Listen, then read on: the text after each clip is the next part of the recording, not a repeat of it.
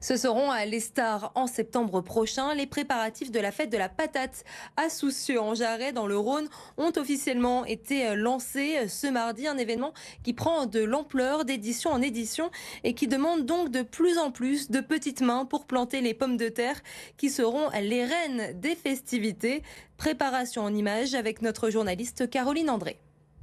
Derrière ces rangées bien alignées, un projet aussi collectif que festif, les préparatifs de la prochaine fête de la patate. L'événement se déroulera bien plus tard, le 12 et 13 septembre prochain. Aux commandes, Mathis, paysan depuis 4 générations et cheville ouvrière de la fête avec son frère Florian. Première édition qu'on grossit et qu'on fait sur aussi grand, 2 hectares de parking cette année et 1,5 hectare pour vraiment faire la fête avec tout le monde, avec une grosse parcelle de pommes de terre à récolter.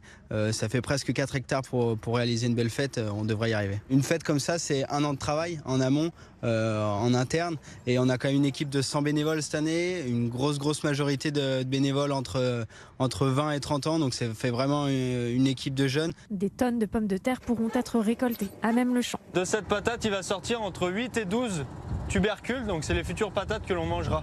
Au programme, récolte, dégustation, animation, musique et célébration d'un produit simple mais foncièrement fédérateur. Moi, ça fait 2 ans que je suis bénévole et en fait, on vient les aider et puis c'est la convivialité et tout ça, quoi. C'est très beau pour la commune et il y a beaucoup de choses qui se perdent dans les campagnes et je trouve que c'est très beau de refaire ce genre d'événement pour rassembler toutes générations et je trouve que c'est vraiment bien. Pourquoi je viens? Parce que moi j'adore ça, j'ai toujours aimé l'agriculture. Et je viens parce que c'est mes copains et du coup je les aide, c'est normal. Dès que je suis là, je peux les aider, je les aide. D'ici là, surveillons la météo et croisons les doigts pour une récolte à la hauteur. C'était le plus ancien pensionnaire du refuge de Saint-Martin.